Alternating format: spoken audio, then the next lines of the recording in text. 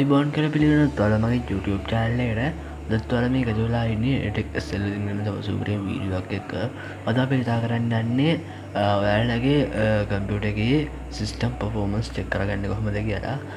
කියන්නේ මේ system performance එහෙම නැත්නම් සිස්ටම් රික්වයර්මන්ට්ස් ඔයාලට කම්පියුටර් එකෙන් ගේම් එකක් ගහද්දි ගොඩක් වැදගත් වෙනවා. හරියනම් අපි බලමු ඒක චෙක් කරගන්න කොහොමද කියලා.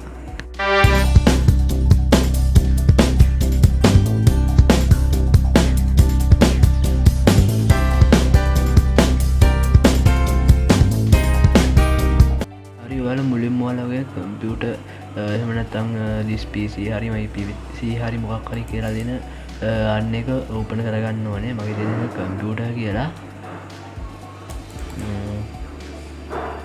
එන්න එහෙම ඒක ඕපන් කරගන්න ඕනේ.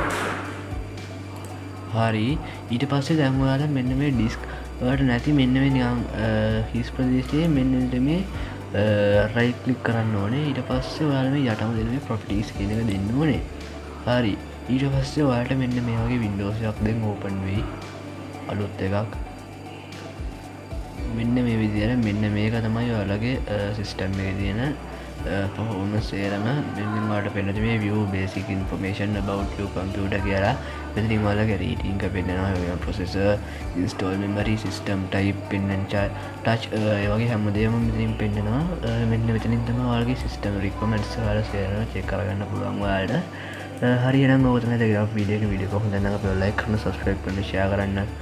තවත් සිංහල වීඩියෝ එක ඉක්මනට හම්බෙන්න නම් එනකම් ඔයාලා හැමෝටම සුබ දවසක් වේවා.